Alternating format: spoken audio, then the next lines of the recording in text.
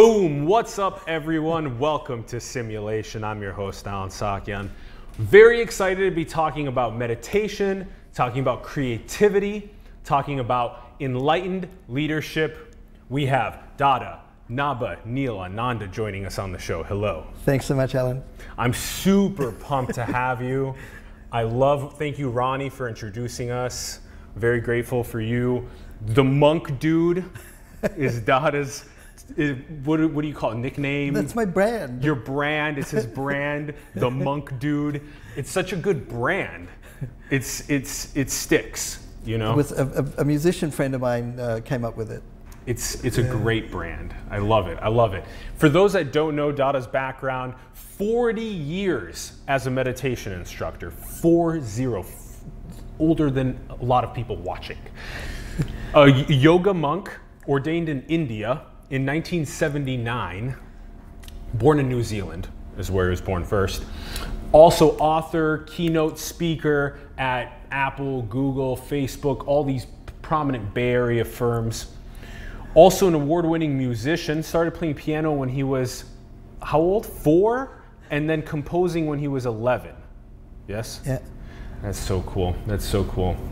And then we have Dada's guitar here as well. So we will have some nice special music throughout, which we're very excited for. All right. And for those that want to know more on the background on Dada, he has a great TEDx talk as well that you can find online at the Upper East Side is where that was happening. TEDx at the Upper East Side. So go and check that out. All right. Big history perspective on civilization. We love starting here. So we find ourselves as stewards of Earth now. What is your synthesis on the state of humanity? Okay, so I'm not going to talk about sapiens because everybody's talking about it, and probably all the clever things have been said already. But I'm just rereading it. But I'll give you a perspective you might not have come across. So there's this idea in the tradition of yoga of jnana yoga, or the yoga of wisdom, karma yoga, the yoga of action and service, and bhakti yoga, the yoga of devotion and love. And I realized, I've known this for a long time because I've been doing this my life, but only recently I realized that it's like those different qualities of wisdom, love, and what we do, creating things with our hands, reflect our bodies. So yeah, we literally create stuff with our hands. We built civilization with our hands. The opposable thumb was one of the 3 great differentiators from other species. The second, of course, is the mind, the brain. And hopefully we develop wisdom through our brain. So that's jnana yoga. So karma yoga is the yoga of action and creativity and work and service. This is represented by the hands. Jnana yoga, the yoga of wisdom, is represented by the mind. And bhakti yoga is represented by the heart. And that's the other great enabler, because without community, human beings simply literally couldn't survive, because we take, 15 years to mature. And, you know, we're very unusual amongst primates or mammals of any kind to have such an extended childhood. And of course, it's got a lot to do with our brain. So it would be impossible to raise human children without community if we didn't love one another. So the theme that I kind of think sort of sums up humanity, and actually can be used as a lens through which to give you a fresh perspective on human history and the way that we've come to dominate the planet, is that we have these faculties that have enabled us to be, you know, smart, maybe wise, creative, maybe in a good way, but maybe not. And to feel love and affection. Again, if we limit it, it's a problem. But if we express that feeling of love and connection for everybody, then if we use these 3 faculties the way that they could be used, we can create a civilization worthy of spreading to the stars. Okay, let's unpack. Those 3 are so good. Okay, the hands, the brain, the heart. Hands, head, and heart. Hands, head, and heart. And those 3 have given us everything that we have, and we find ourselves now with such ubiquity in so many of the daily necessities that we need to survive.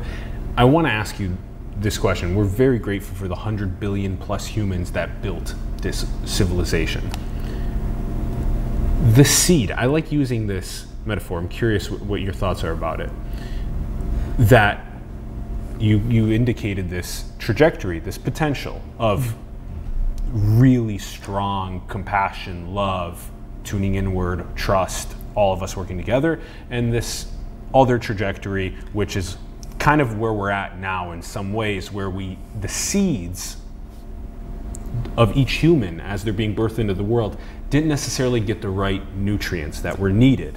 And you indicated this as well in the section that you talked about in our infancy, how much we need community, how much we need that love and compassion from a parent, a relationship, and a community relationship. So how much of that seed metaphor around things do you think about when it comes to giving them the right nutrients in order to make sure we can get to that trust and that love and compassionate long term? Well, it's obviously key. Yes. So, a seed, what is a seed? It represents potential, right? It's a genetic code and with an enormous history. But it can only sprout with the right environment. And, we talk about, what makes you what you are. It's a mixture of nature and nurture, and the mix is debatable, but that's not the point. Our potential can only flourish if we're in the right environment, and that of course starts with even before birth. I think it's so important what kind of environment a mother is in yes. during gestation. Yes.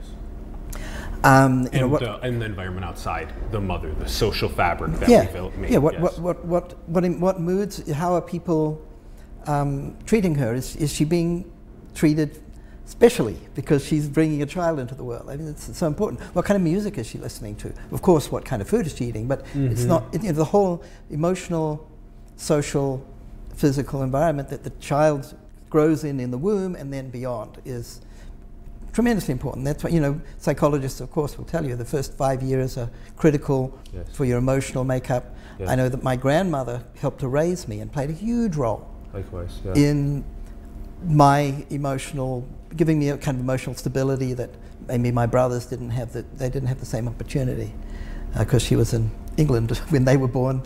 I was the last. She came to New Zealand. So, a seed needs a nurturing environment. And you have, your song, When I Close My Eyes, is a direct relationship to this hands, heart, and mind. Yeah, it's kind of philosophy put to music, if that sounds at all interesting. I love philosophy with music. This sounds like the best music. Yeah. Well, philosophy, I know you love philosophy, and I do too, but not everybody does. But everybody loves music, so I try and feed some bit of ancient wisdom to a larger number of people with some, sound. Yes. Some decoration. And let's sing it. So this is a song about, the hands and the head and the heart and what we can be.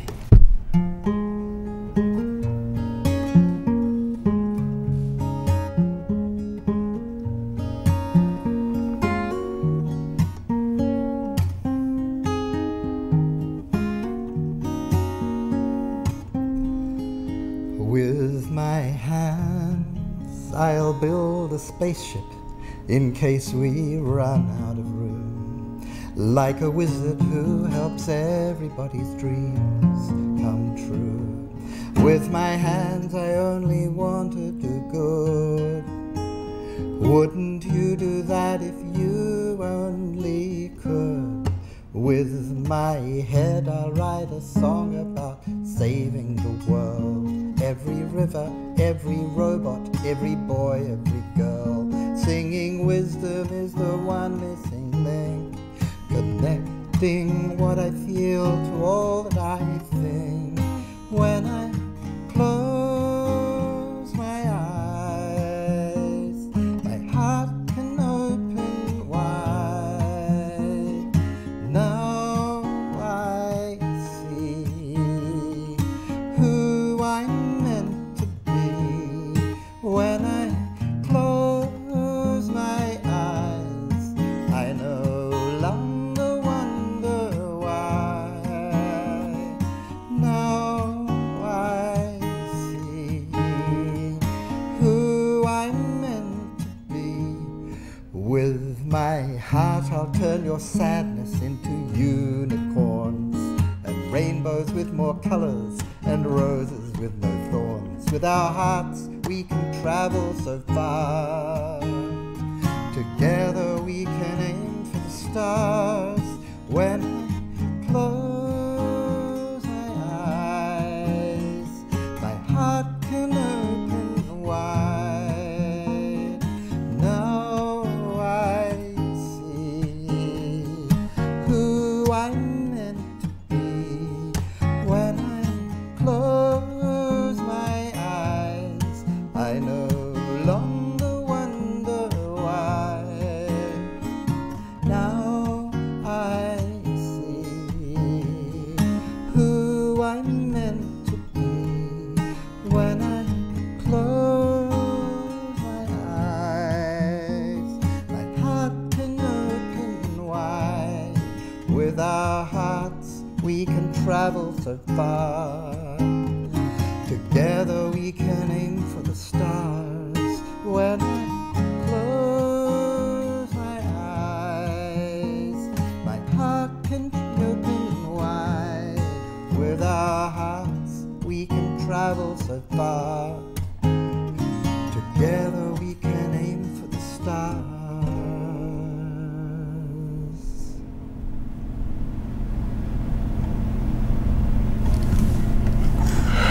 Oh, that is such a good one. Ah! Better than philosophy book, right? Oh, it's so beautiful, so good. Mm. That was written with a friend, I must say, with Josh Friedman, wonderful singer-songwriter friend of mine. Is that the one that helped you with the monk dude? No, No, different musician. Okay.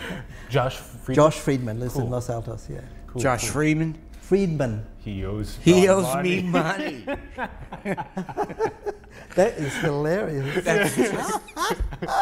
That's my ongoing joke. Yeah. Sorry.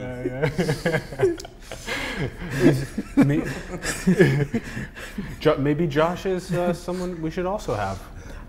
He's a great musician, and he sings beautiful. He makes amazing, very funny music for children. Oh, cool. Yeah, that would be and fun. He's such a colorful character. He would be Love great it. on your show. Love it, love it. I'll introduce you to him. Please, and the fact that you guys wrote, it was like co-wrote? Yeah. Co-wrote, great. We've written a number of songs I together. love it. He has to pay back round first, though. And then Yeah, let him know I was asking about it. Let him know I'm still around.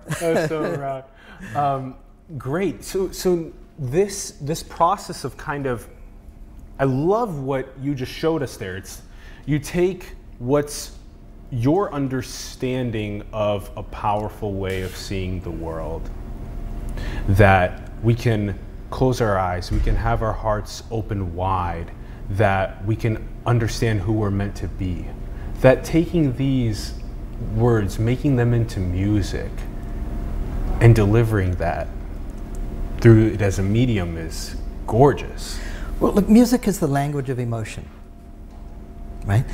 You can listen to an instrumental piece. If I play just the guitar part without the words, it'll create a feeling. And if I play it to you here in San Francisco, or if I play it to somebody in Taiwan, or someone in Kenya, it's going to communicate the same feeling. It'll induce the same feeling, even though there's no words. That's why, when they translate a film, they translate the words, but they don't change the music. Because music is not just a language of emotion, it's a universal language. Mm-hmm. Because it resonates with our nervous system, sound resonates with our nervous system, resonates with our chakras, if you believe in that stuff, yes, and induces particular emotions, and it's common. It's a special kind of language. And so I was lucky enough to have been, attracted to it, and I got opportunities when I was young to develop that. And so I thought, well, English is my only spoken language. Almost everybody I know speaks another language, so I feel kind of stupid. But then I have this excuse. I say, okay, music's my second language, so leave me alone. Oh, yeah. Now, Dad, I'm curious, what is your target emotion to deliver with music? Universal love. Universal love. If there is such a thing. But yes. Yeah, really a feeling of love without limits. Yes, yes. We were talking earlier about peak experiences on stage before the interview, and we were talking about performers, and you've been on stage, I've been on stage, and it's kind of neat having 10,000 people all thinking you're cool. Well, hopefully, lest you mess up, and people performers get high from it. And of course, Mick Jagger famously said that he would give up playing rock and roll when he was 30. That was more than 40 years ago, and he's still playing because he doesn't have a higher experience in his life, I don't think. Or at least that's like a peak experience for performers, and it's very addictive. And I've had a little taste of that. I had my 15 minutes of fame, as promised by Andy Warhol long ago, but that was back in 1992. But what I understood from it is, okay, this is nice, but actually, what I can experience when I really connect to the core of myself is much, much deeper and much more fulfilling and more meaningful.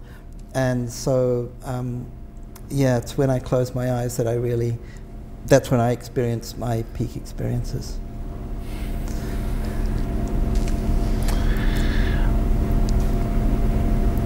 The culture and social fabric around us needs to help catalyze the closing of the eyes more often. And that makes it easier for us to understand who we are. That makes it easier for us to get to that limitless love, that universal love. And we've kind of created a culture where, in many ways, there are some old, we can call it kind of like a little bit archaic lines of code of especially capitalism that cause us to climb on top of each other's shoulders, run around relentlessly, attempting to climb up hierarchies of power and influence. Well, I don't think we created that. We just allowed ourselves to follow that. Don't ever disregard the dark villain among us. Whatever's happening, there's a underlying force that's never going to reveal itself. They cannot enslave us unless we allow them. Stop saying we. All right, Ron mentioned it, so we must then ask. Yes. What are your thoughts on the dark villain among us that will never reveal itself? Well, we talked about seeds earlier. It's there in seed form inside every one of us. But some people, through a mixture of nature, nurture, whatever, what we'd say in yoga, there's sort of also their karmic momentum, have become dominated, allowed, or their dark side has come to dominate them. And we see this possibility reflected in all the myths of, Joseph Campbell's studies who talks about, everybody has this possibility. Eyes. Yeah. So that's just how you or I could have been if our lives had followed a different trajectory, or if we all have the potential. I think it's important to remember that, because otherwise we all have the potential, yeah, absolutely, to be the prison camp guard at Auschwitz. Yeah. Exactly. Yeah. It's part of being human. We can be, saints or sinners, as the Irish would say. Every human Saints has that or possibility. sinners. Every human has the possibility. Please allow me to introduce myself. Yeah, there you go. Speaking of Mick Jagger. So, yes, and the great mythologies and sort of spiritual scriptures, they warn us about this again and again. And it's all about this struggle within this inner struggle between the desire for power and the power of love. And the power of love. And identify the quote. When the power of love overcomes the love of power, then we will know peace. Yes. MLK. It's Jimi Hendrix. It's Jimi Hendrix. I thought it was both, maybe. Maybe both. Oh, no. Well, according to... Maybe Hendrix only, yeah. Maybe, yeah, both. One, only Hendrix, whatever it is. Yeah. Anyway, that's my rock music background, sorry. Someone, it was actually Alex K. Chen just told me like yesterday or something. He's like, Alan coined neural real estate. I'm like, I did not coin anything. I don't take any associations to coining anything. And I'm just a human visiting Earth, and I barely even associate myself as a human in the first place. So interesting, yes. And the power of love overcoming the love of power. And all of us having the We've both got... Look, capacity, have you ever had yes. you've had a little taste of power, I'm sure. In certain ways. Yeah. I don't know if you have or not, but anyway, I have. I mean, in an organization, and it has a certain allure. And I'm lucky enough that it doesn't attract me that much, but some people find it very attractive, and it does tend to be very corrupting, as the famous misquote. You know, the misquote is absolute power corrupts and absolute power corrupts absolutely. The original quote is power tends to corrupt, and absolute power tends to corrupt absolutely. Yeah. Critical difference. Yeah, the tends is the removal of the binary. And that's really important because you can put it on a probability curve. For example, there are politicians or people in power in corporate settings, wherever you are around the world, where they have a little bit of a lobbyist money slid across the table, but they can hold their ethics and their morals first and say that no. And that is a very interesting thing to take into account, is maybe that is the future of our world, is that moral guiding principle, that ethical guiding principle being first and foremost. Okay, there was a, you know, let's come back a little bit. As you speak on the seed and the seed's ability to add something, you're a proponent of meditating twice a day. Mm-hmm. And closing eyes is, on a neurological side of things, it's removing the stimuli that you are taking in from the eyes. Yep. And that's giving you more peace. It's giving you more calm. That's giving you less of that processing. And then you can hear things a little better. And then you can maybe hear your heart or hear your gut, you know, hear your body functions. And maybe you can then quiet your mind when your thoughts are starting to run you around to everything you gotta do. And what happens? Well, you also have that great Einstein quote as well about the moments of these eureka moments coming in the moments of silence. I experience them all the time. And I've been a huge advocate now of just taking this thing and keeping it off. Keep it off. Yeah, it's yeah. so interesting keeping it off. Yeah. This is great. Yeah, this is the new addiction. Yeah, it's pretty serious. And it's all externalizing. So the idea of one of the key things in meditation is closing your eyes and withdrawing your attention from the external world and focusing it inward. Okay? So because we're, especially in our modern environment, we're in a world where there's so many attractions and entertainments, and you know, we can watch 1,000 different movies for almost free, and it's endless distraction from ourselves.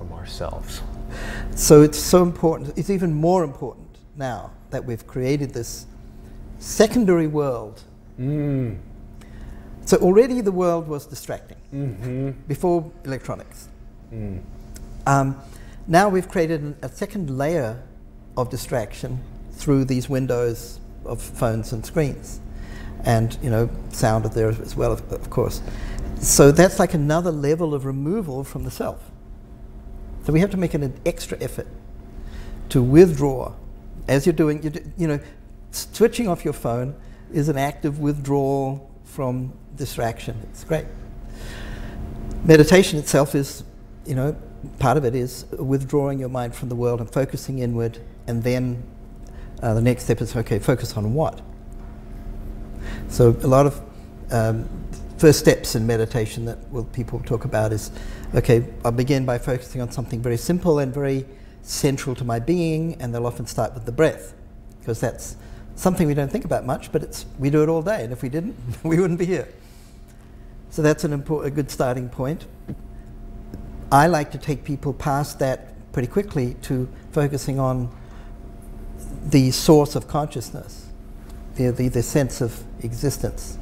And the reason I like to focus on that, and this is not my idea, because this is based on old yogic teachings and insights. The reason I think it's great to focus on this sense of existence is because it's really the only thing we have in common. So what do the three of us have in common? Our bodies are completely different. We have hearts, though. We each have a heart and a brain. brain. We have a physical heart, but they're separate. They're physically separate. Oh, sure. If mine stops beating, yours won't stop beating. Okay. So our bodies are separated by material world. Okay. Our minds, our emotions, we touch each other, but they're still encapsulated. The sense of existence is, I think of it as the only universal constant. Oh, actually. Interesting. The sense of existence. Knowing that we exist. Yes. And it actually takes it to another level, knowing that we know we exist. Yes. Because it's arguable that a dog knows it exists. Correct. That's an interesting question. But a human, what makes us unique, according to the Bible, if you think about, the curse of knowledge of good and evil, self-awareness, eating the apple, that story's all about that evolutionary step into the ability to step back and reflect on our own existence. Yes. That ability is kind of what defines us as humans, apart from other animals that we know of.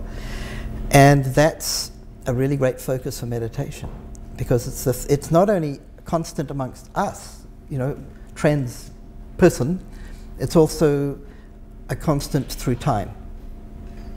So we're born with this sense of knowing we exist, even in the womb. Correct. At a certain point, it's the one thing that we keep through our lives.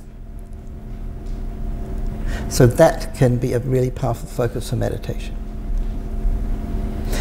And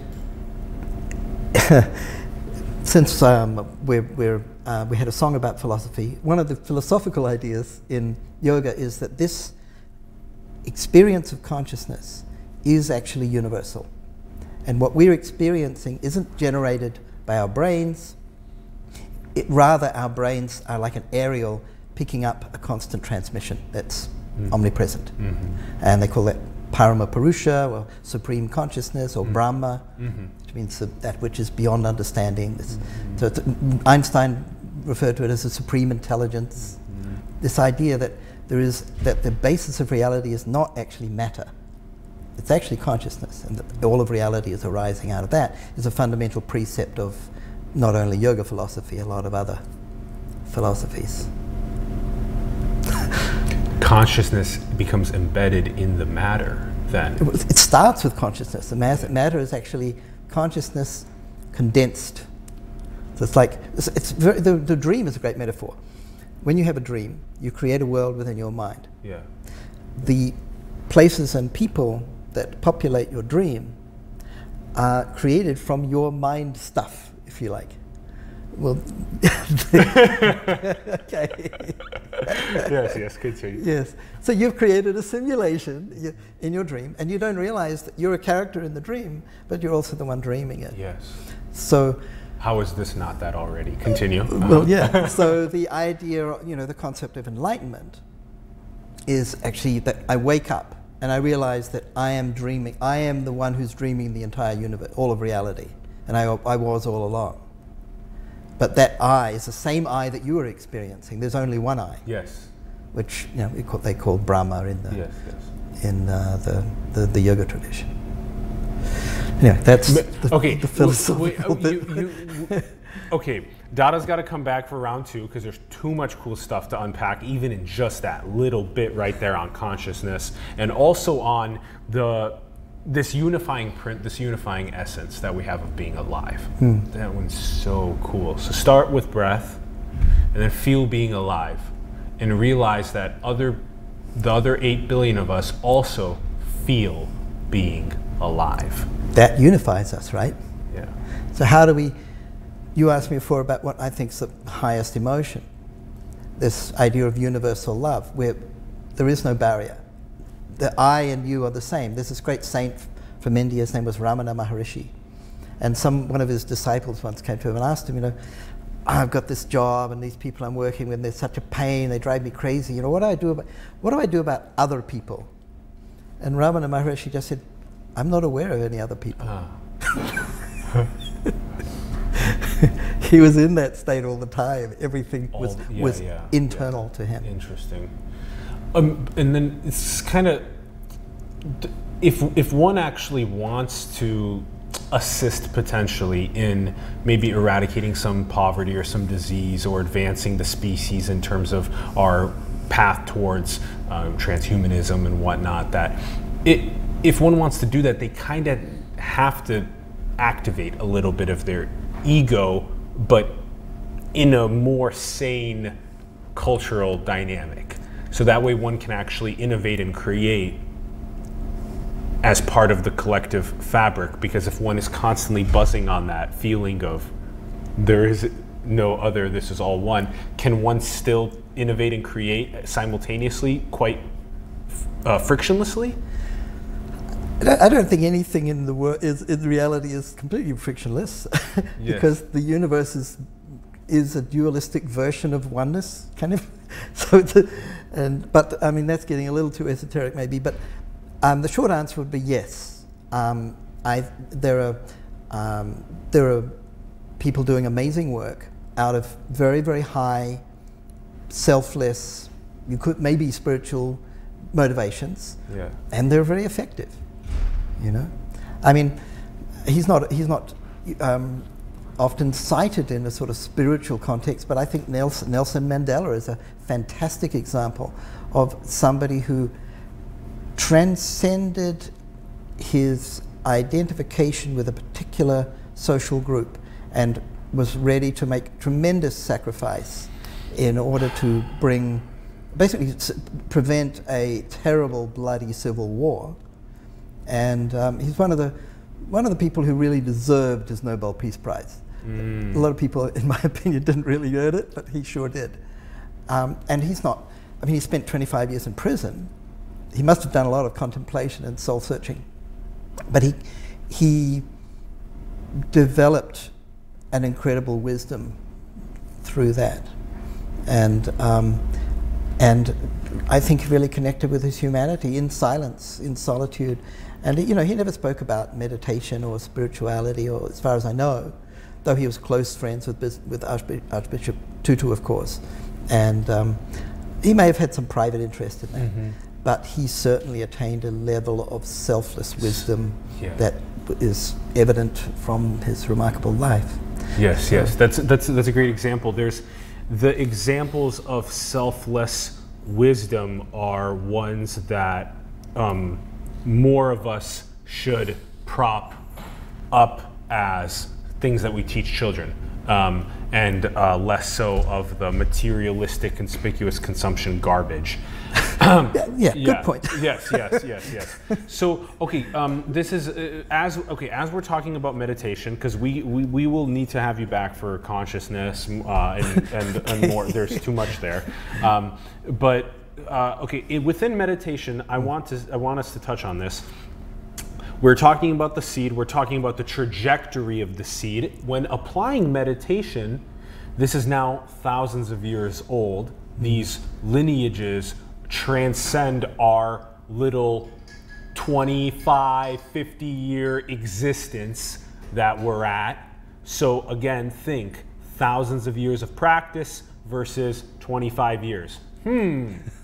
You know, so these are the things like humility, okay? Humility. So now when we are able to scientifically prove as well that your stress decreases, your focus increases, your love and compassion increases, that we are now saying science has now proven this as well. So this is why the meditation recommendation comes in.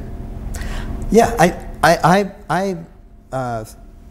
in my youth, you can say between 12 and 19, I thought that human beings were going to end the world through nuclear war.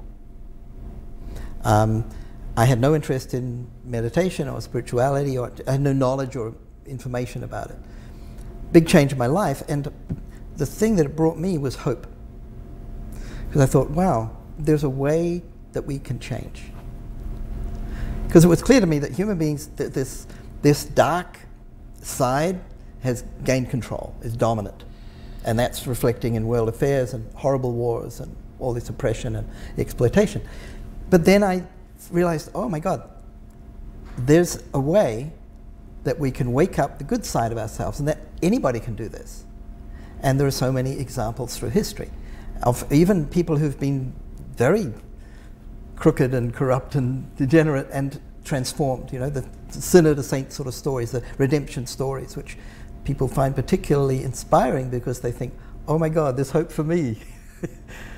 So that gave me hope. And that's really what inspired me to dedicate my life to propagating the way that people can change from within. Not that that's all we need to do. I think it's very misleading to think that just doing meditation is enough. I think one of the main points of meditation is that it wakes up this desire to help other people. And that not only that, but actually doing that, actually going out and serving and helping others is a part of your practice. Giving brings so much It meaning enhances to your life. practice, exactly. Yeah. I mean, otherwise, what's the point? Yes. I had a student who in Australia who had everything going for him. He was a medical graduate. He was just starting his medical profession, so he had a great job, he had friends, he was good looking, handsome, and everyone would think that he was a lucky guy. He was always complaining to me about how depressed he was. And he was meditating regularly. And I finally lost patience with him, and I said, look, your problem is you're always thinking about yourself. Which is kind of blunt. I don't usually do that.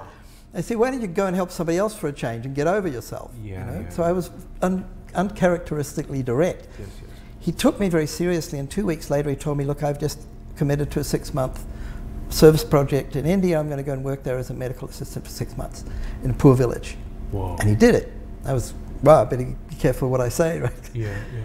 6 months later he came back, and his face had changed. And I could see he had found a real measure of peace. Oh, wow. And he said, Dada, he said, you know, the thing I realized is that I went there thinking here's the great white savior going to help these poor people. And after a while I realized I was the main beneficiary. Yeah. So meditation is not something that I believe is sufficient unto itself. It's a part of a life that should be very focused on service as well. Yes, yes. And there's this interesting, we get 30,000 days to live. A third of those you're going to sleep. You get about 20,000 waking days, let's say. Out of those 20,000 waking days, everyone gets to pick what they want to do with their time.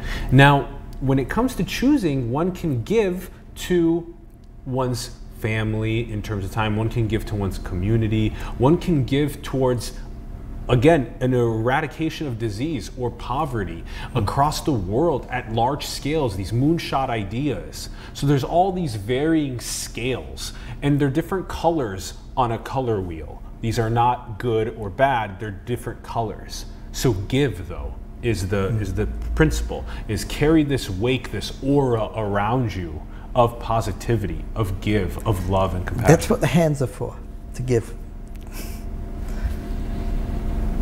So gorgeous. So much was built with this. Everything. Yeah. You know, dolphins can't build stuff. You know, they're smart. They've got community. They love each other.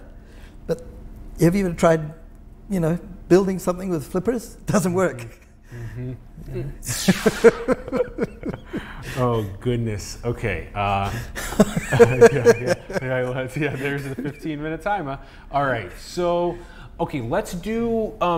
You know, since we're, you know, you actually, since we're still on meditation, let's talk about this book which you wrote.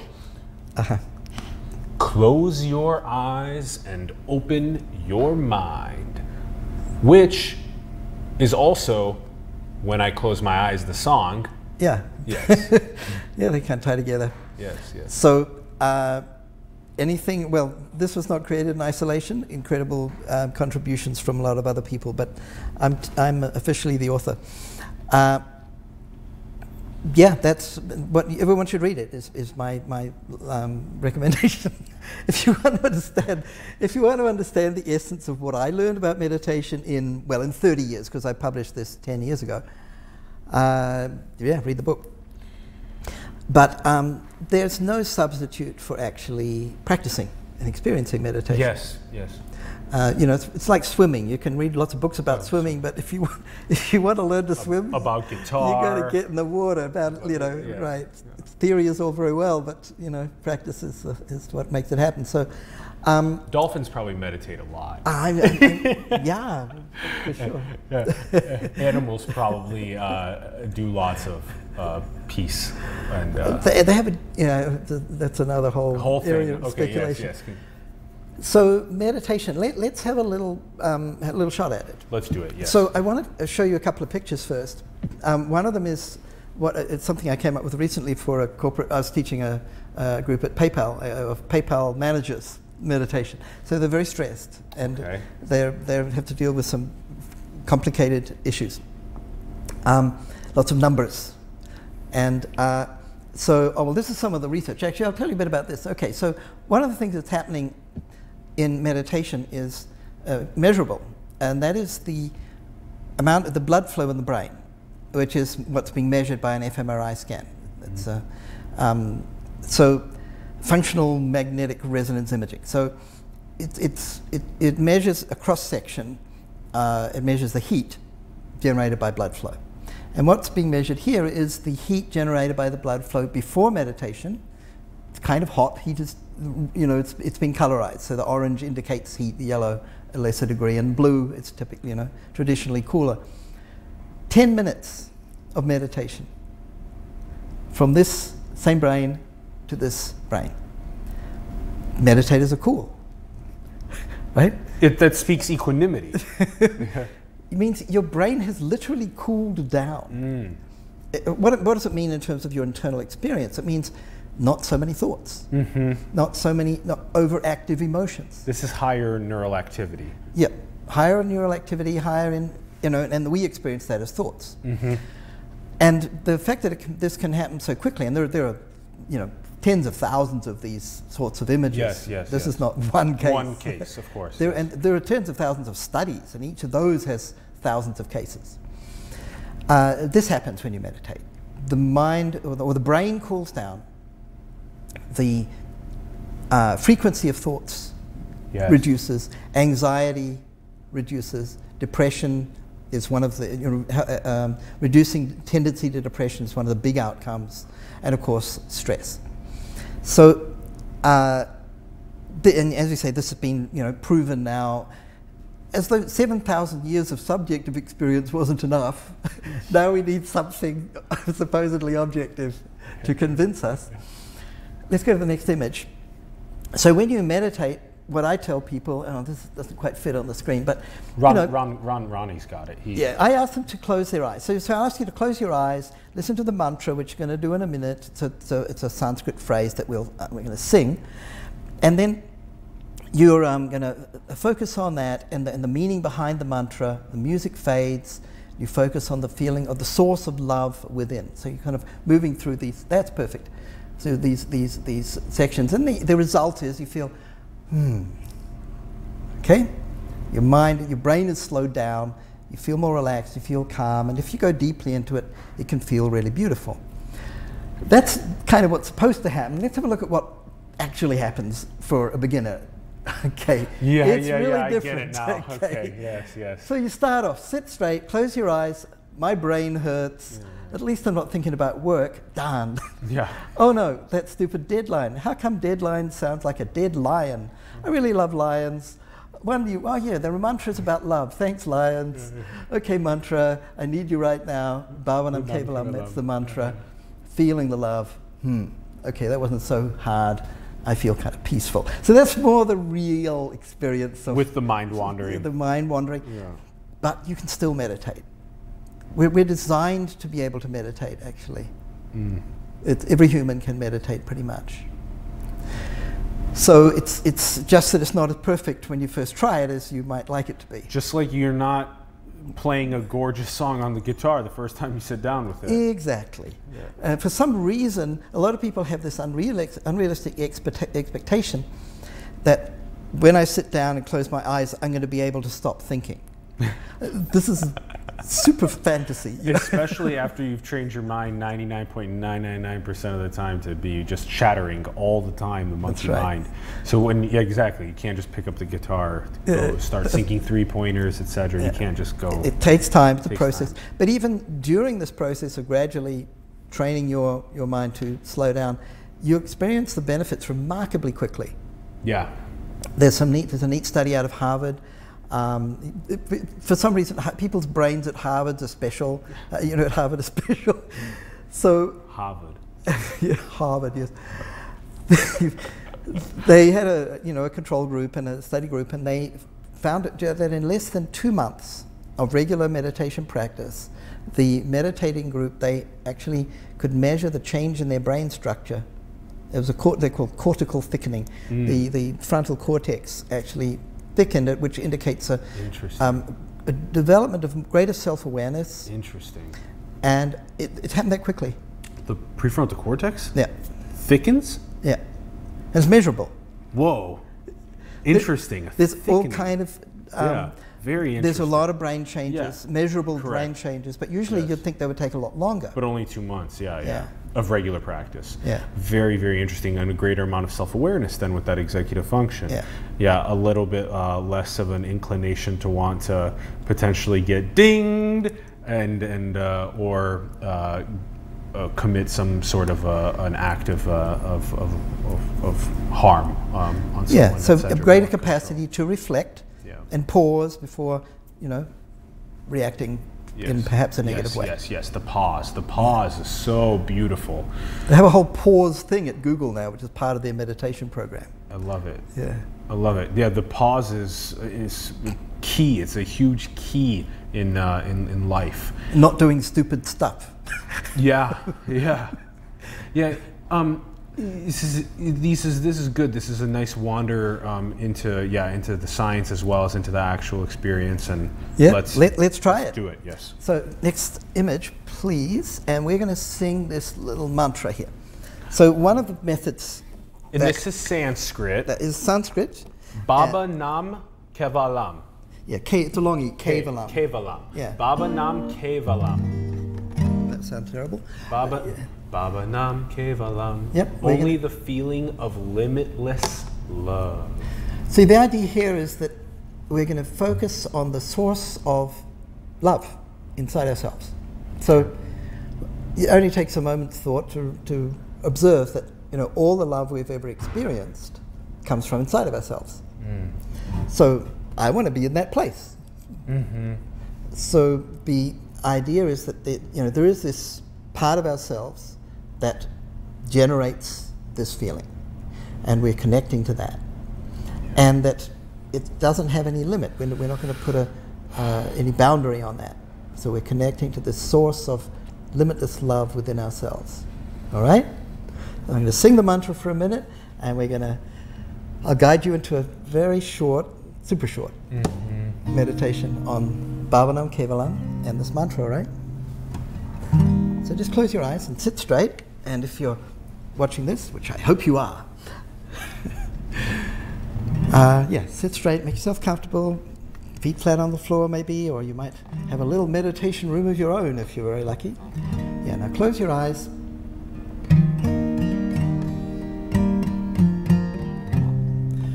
Bhavanam Kevalam, Bhavanam Kevalam, Bhavanam Kevalam.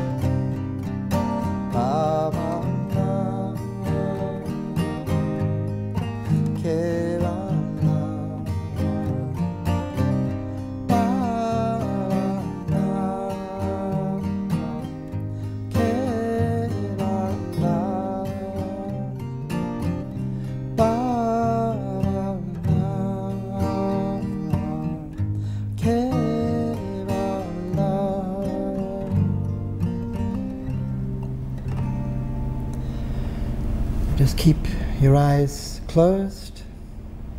Remember to sit straight. And breathe through your nose if you can comfortably. Cup your hands in your lap.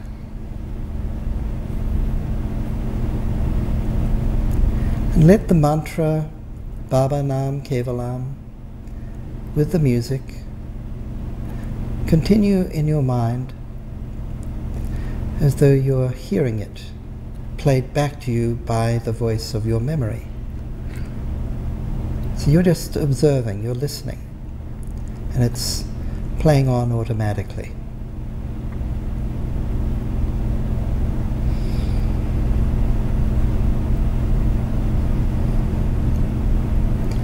And if your mind wanders, don't worry, that's perfectly natural. But when you notice that, just bring your attention back to the mantra and the music.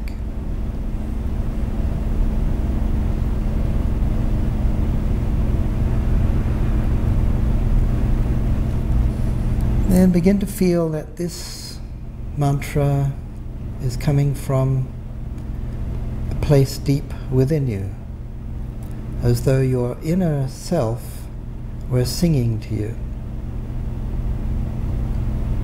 And drawing your attention to this place within you where the love comes from.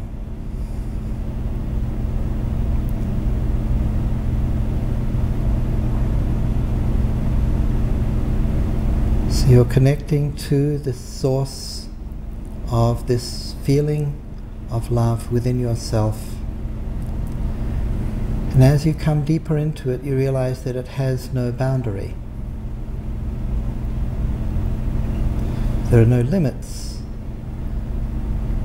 to the potential of the love within you.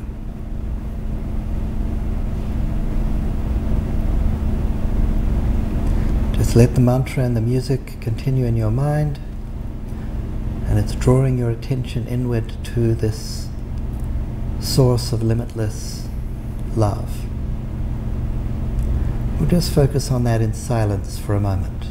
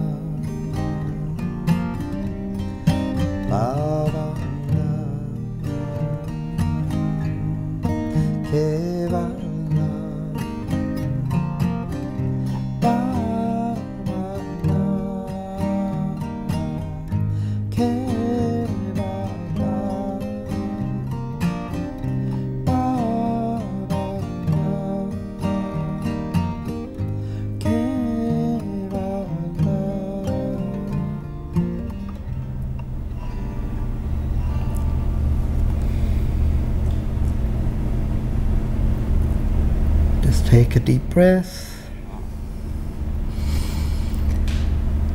As you breathe out, you can relax. And you can open your eyes.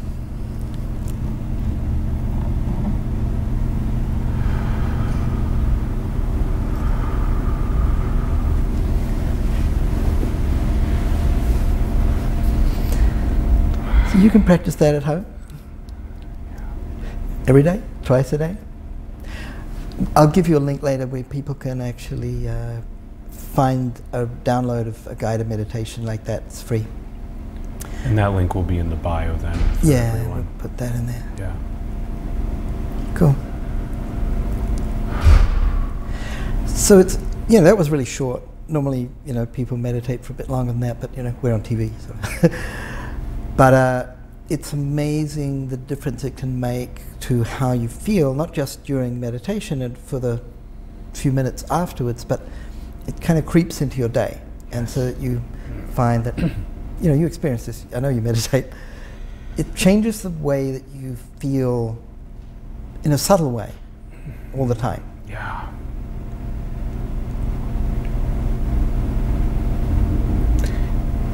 And again, on just the scales of things, it can even be as simple as just taking control of the monkey mind chattering and just taking a mindful, deep breath with the eyes closed for a moment.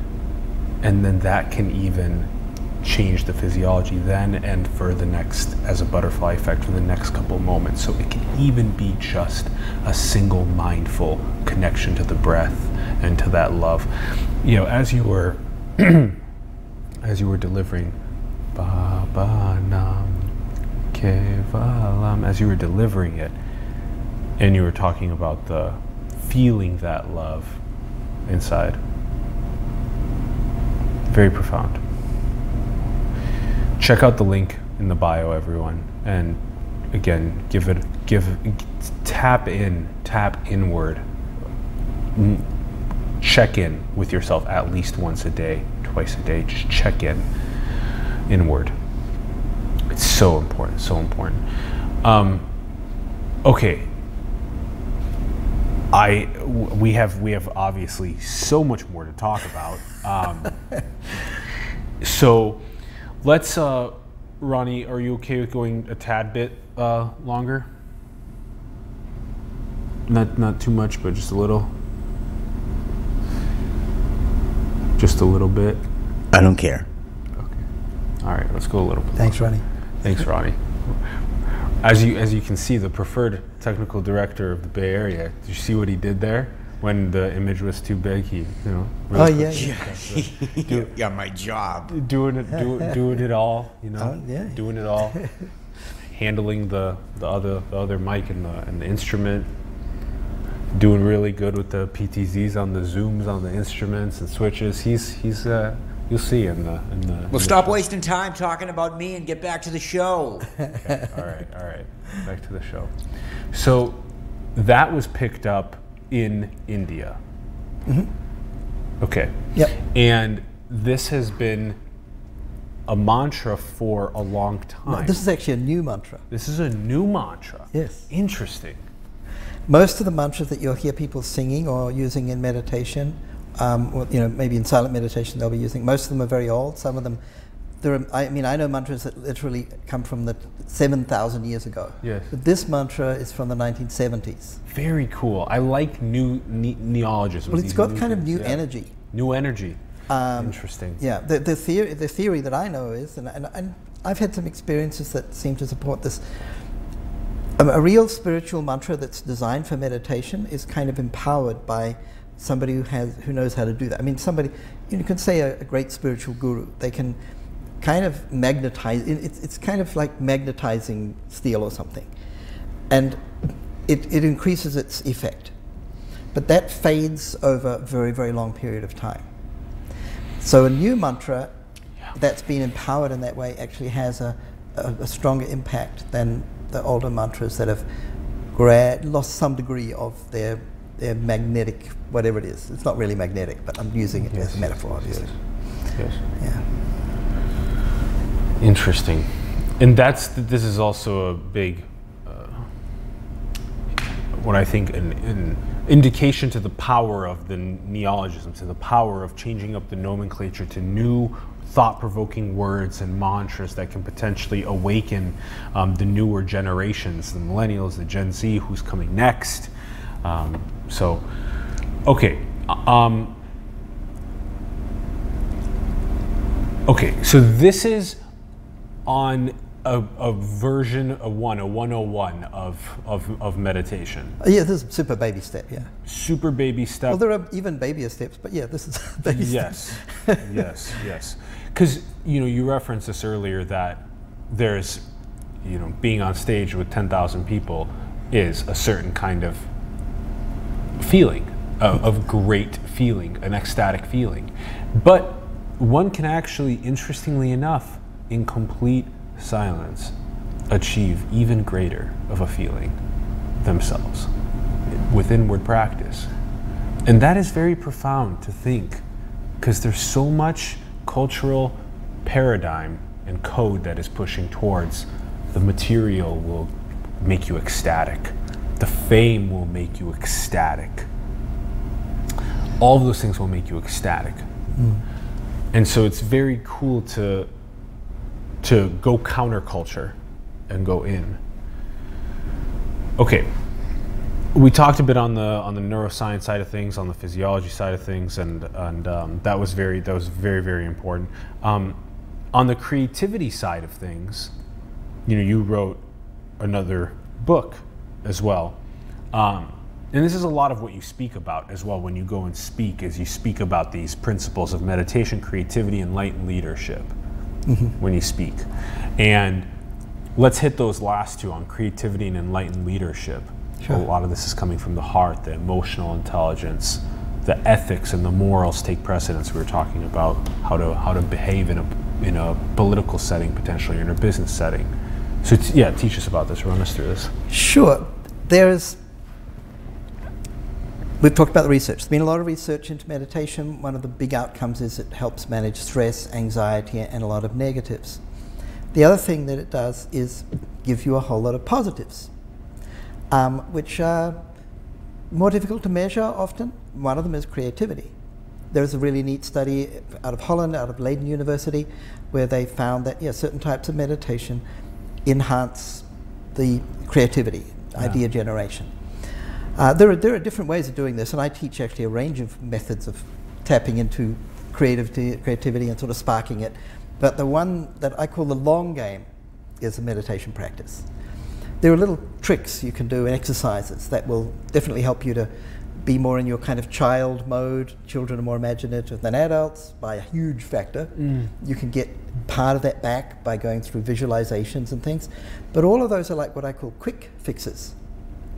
They don't grow your ability to tap into that over time. They're just something you can do in the moment. And okay, I'm going to get into a creative mood, or where I'm more likely to come up with a good idea. But meditating over time actually grows your ability to be more creative, and that's I consider it the most powerful tool in it's sort of arrow in the quiver kind of thing. So when paired with focus too, which is very cool. Creativity and focus, which is so improves cool. Focus, improves, of course. There's a bunch of positive outcomes. Let's have a quick look at those. Can we see the next image, please? So one of the things I do with companies, they want outcomes. They don't want to hear about consciousness or any of this wishy-washy stuff. It's way too, soft and unmeasurable for them. But actually, you interviewed Andrew Yang. Yes. And I watched that interview, fascinating, and he's got amazing ideas, and he's obviously super switched on about the dramatic change in the nature of work that's upon us as a result, of course, automation and AI. So that's something I actually speak about as well. I have been for a couple of years, so it's not my field, but I read about it, and I'm an amateur. But I do know quite a bit about the mind and our sort of undeveloped capabilities. And so what I speak about to companies is the kind of capabilities and skills that will come as a kind of side effect of meditation. And this is a little picture of future-proof skills. So this, of course, speaks to the point that Andrew Yang is making, and many others, that a lot of the sort of work we've been doing is going away. How do we remain relevant? How do we, what kind of things should be focusing on if we want to remain employable at the sort of base level, interesting and useful at a higher level, interested in life at an even higher level. So, of course, the great Alibaba fellow, what's his name? Oh, Jack Ma. He spoke about this at the Davos conference. Same theme. He did, yeah. He was focusing on education, and because that's actually his own background. Yeah. He wasn't a businessman; he was a teacher, and he's gone back into that now. Because he finds it more fulfilling after making his billions. Here are some of the skills that you can develop through meditation that people don't really expect. So emotional intelligence is a big one. And that's actually the main thing that attracted so many Google employees to the Google program Search Inside Yourself. Because you've got all these brilliant nerds. That's great. Yeah, the search inside yourself. It's very clever. It's a very clever name. It's a very popular program at Google. And the way that they finally, Ming Tan, one of the co-founder of that program, he said that the breakthrough point came when they started promoting it as emotional intelligence. And then all the, these super smart engineers who don't have very high emotional intelligence typically, which they know, they thought, I need that. And thousands of them took this program. So that's a big one. Integrity, again, this comes from self-awareness. Meditation kind of subtly pushes you to being more honest with yourself. Oh, yes. It can be a little uncomfortable. It is uncomfortable. It's very healthy. You have to go through that process to grow. To being flexible, and that again comes from being, if you're more identifying with this core of self-awareness, you're less dependent on circumstances. So you're more flexible because you've got this kind of core that can look in any direction. Positive attitude, it stimulates positive emotions and a more sort of positive perspective. Creativity is the one that I focus on because that's my kind of pet topic. Decision making, your mind's clearer, you're more focused, less bothered by anxiety and emotions and bias. Develops intuition, leadership qualities. That's the other big theme I focus on. Communication, because you're less scared of people and afraid what they think of you. And you're less, you're listening to them rather than the voice in your head. All that stuff. It's basic but super important. Teamwork, of course, is related to a lot of these. Better EQ equals better teamwork. Right. So these, of course, all influence one another. So these are just a little list I made of future-proof soft skills. I love it. To convince companies that they should invest time and resources in helping their employees to develop these so that they don't become irrelevant as some of their work is taken over by AI and automation. The creativity thing, this is my pet subject because I'm a musician and I write songs and I write stories. And so I have a sensible book. You've seen the sensible book, the one about meditation. This is totally self-indulgent. This is my silly book. It's called Real Dragons Don't Cry, and it's a fantasy story. It's the first of a series of 5 books. A quintology is one of the official terms. It's a fantasy novel about a vegetarian dragon, and it's a long story. Vegetarian but that's just kind of my indulgent, acting out of my childhood fantasy of being a fantasy writer. That's good. Yes. But it took me a long time to get to this because I was, Lord of the Rings was my first religion. When I was a kid, I realized that I took a great deal of my moral guidance from Gandalf. Well, this was long before the films, but New Zealand is Middle Earth. It's Middle Earth. We've claimed it. So, so I always wanted to write a fantasy story, but I was always afraid of, writing a cheap imitation, a poor imitation of Tolkien, because thousands have tried and all have failed. So I thought, I can't do that. I don't want to, be imitating what he did. And then I finally realized later I was actually writing some scripts for some stand-up comedian friends of mine, and I had a comedy blog, and I realized, Tolkien's not funny. There's only 2 jokes in Lord of the Rings, and neither of them are funny. So I thought, okay, I can write a comedy fantasy story, and I started doing that because then I won't be compared to Tolkien, which is, I don't want to be because he's better than I'll ever dream of being. Interesting. So So anyway, I teach creative thinking. Yes, yes. Well, the whole, Vivian Ming, another one of our really just awesome thought leaders on maximizing human potential and also robot-proofing kids. Oh, nice. Creating robot-proof skill sets, right? This is what that is. I love it. And it's such a crucial part of our future.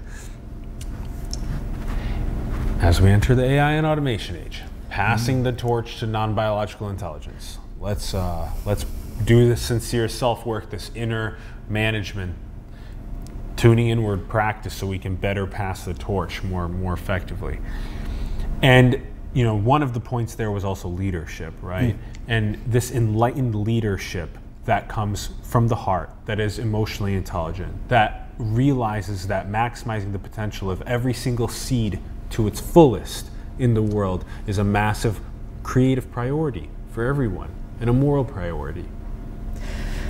Yeah, and one of the reasons I focus on leadership is because people in positions of leadership, obviously, it's a point of leverage.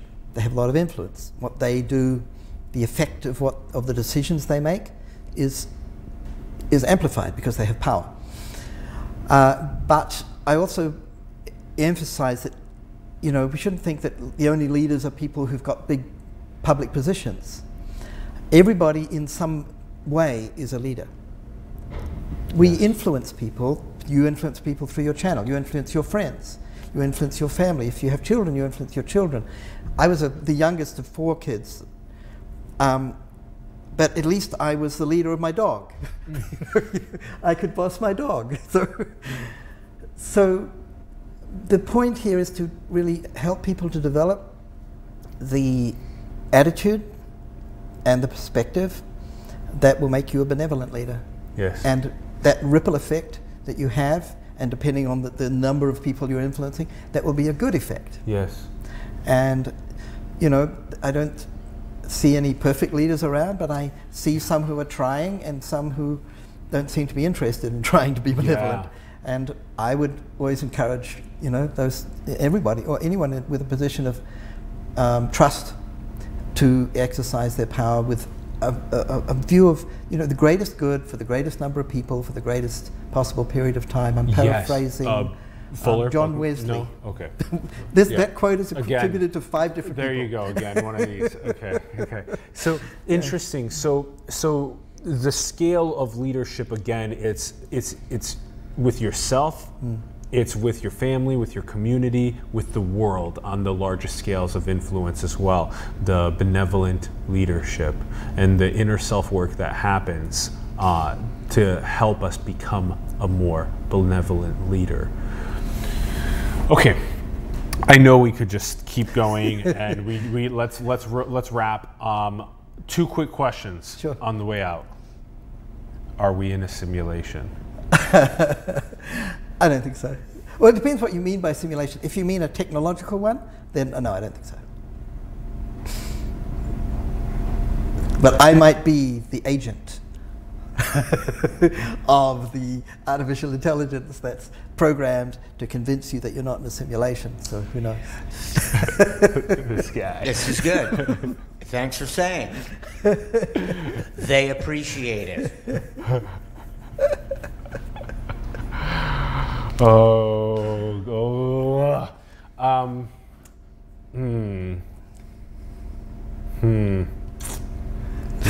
No, you don't trust me or what? No, of course I'm kidding. Yes, no, I favor molecules over electrons in this debate. I think, I like, what we can say, carbon over silicon or whatever. Sure. Yeah. I think we need to get back to our humanity more. To, the one thing. There's a lot more work that needs to be done pre-baton pass. Oh yeah. And we're much better. There are things that we're much better at than even the smartest artificial intelligence. Like we're much better at knowing we exist, for example. We're really good at that, and they're incredibly bad at that. So we shouldn't get this sort of inferiority complex, because we have wonderful powers that we should be using in the best way. It would be very interesting to see what a super intelligence would feel or process when it's plugged into Gaia, when it's plugged into the oneness, the one consciousness. That would be cool. But I don't know if it's possible. well, yeah, that's a good point. Yeah, let's see it. Let's see about that. It's a good point. Okay.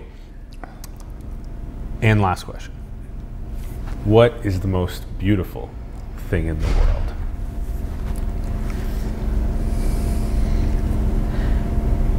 The moment of awakening, when somebody realizes that they can change and become somebody extraordinary.